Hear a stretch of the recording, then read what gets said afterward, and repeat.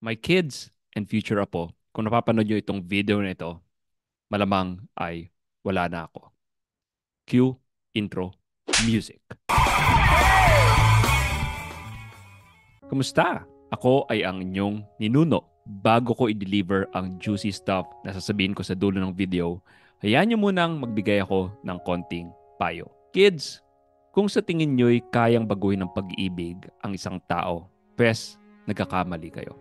Mas mabuti pang pumili na lang ng iibigin na hindi nyo na kailangang pilitin pang baguhin.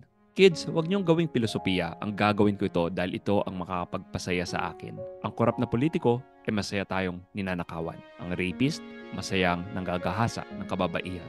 Then maaari mong sabihin, gagawin ko na lang ang mga pagpapasaya sa akin hanggat wala akong nasasaktan. Hanggat wala akong pinahihirapan. Pwede, ngunit may mga bagay na kahit wala ka namang nasasaktan, you're not growing in virtue, baka you're growing in bisyo, kasalanan. Halimbawa, pornography. Wala kang nasasaktan at the moment, ngunit kung pagpapatuloy mga addiction, it's just a matter of time until mag-give in ka at matempt. Ang kotse kahit dinadrive mo ng maayos, kung di ka nagpapamaintenance, pakambutin mo ay hindi lang galos. Dang it! Di ba mas maganda kung ang goal natin ay holiness? Hindi yung ang hinahabol mo sa mundong ito ay ang mailap na happiness. Kids, kung kayo'y naglalakad, ugaliing tumingin sa harap at sa baba para di kayo mauntog o makaapak ng ebak. Kids, sa sandaling matutunan nyong akuin ang mga di magagandang nangyayari sa inyong buhay, ito ang sandaling matututunan nyong ang manibela ng hinaharap ay nandyan lang sa inyong mga kamay. Kids, may ibang taong ginagawang comfort zone ang pagiging malungkot. Minsan okay lang ito dahil ang mga artist nagagawa nila ang kanilang pinakamagagandang obra nung panahong sila'y pighati. Pero please, kung wala naman kayong dahilan para maging malungkot, huwag maglikha ng sariling drama o puot.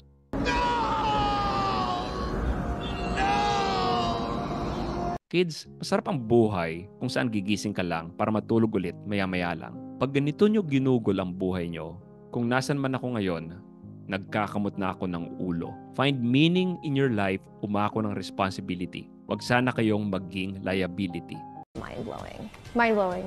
Like, I don't even think, I think that it will hit me like in 5 years. Kids, hindi dahil sa BFF mo siya, ay magiging best friend mo na siya forever. Kids, ugaling magpasalamat kahit sa maliliit na pabor.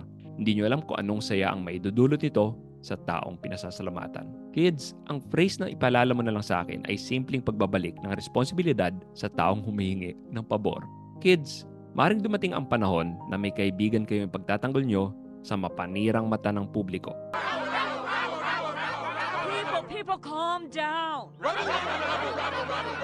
Hanggang sa malaman nyo ang katotohanan na tama pala sila at maling ipagtanggol siya. Nakakabasag ng puso, ngunit ganyan talaga. Kung tunay niyo siyang kaibigan ay dapat sinabi na niya ang katotohanan noon pa. Kids, minsay susubukan nyo ang close friend/crush nyo. Pag hindi ba ako makipag-uusap sa kanya, siya ang unang mag-i-initiate hanggang sa mapansin nyo, lumilipas na ang isang araw, hindi tawag o text, wala. Isang linggo na, wala pa ring paramdam. Nag-isang buwan na at nag-iintay ka pa rin. Hanggang sa umabot ng isang taon, sabay may isip nyo, sana, di ko na lang pala ginawa ang pagsubok na yon. Kids, hindi dahil sa maraming nagsabing tamang gawin ang isang bagay ay tama na talaga ito. Kids, balang araw ay iiwan nyo kami ng airmats nyo. Gusto kong malaman nyo na hindi nyo obligasyon ang ibalik sa amin ang lahat ng ibinuhos namin sa inyo. Responsibilidad namin niyon at hindi utang na loob. Kids, lahat ng kailangan nyo matutunan sa buhay ay matututunan nyo sa kantang Mga Kababayan Ko ni Francis M. Mga kababayan!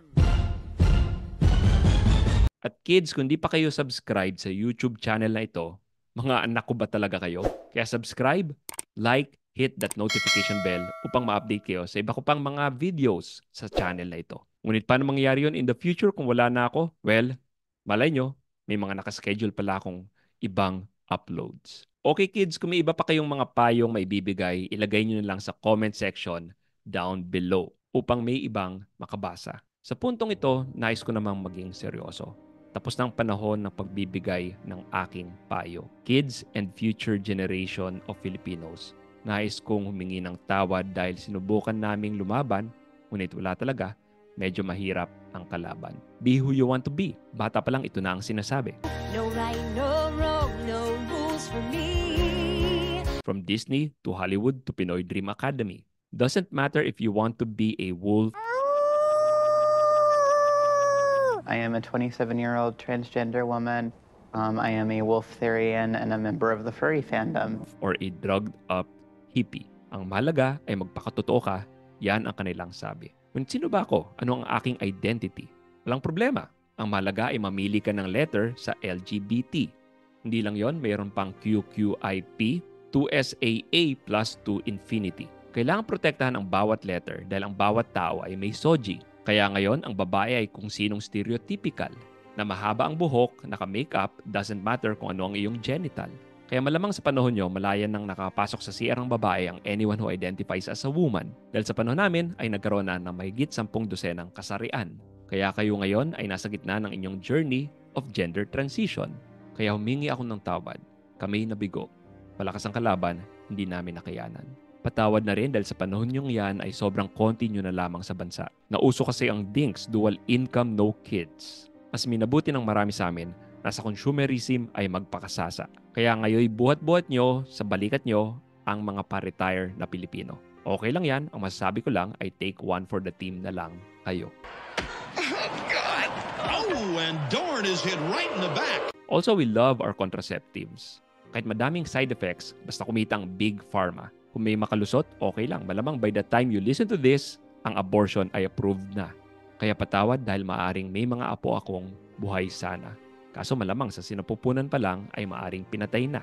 By the time na mapanood nyo ito sa future, malamang na-approved na rin ang divorce.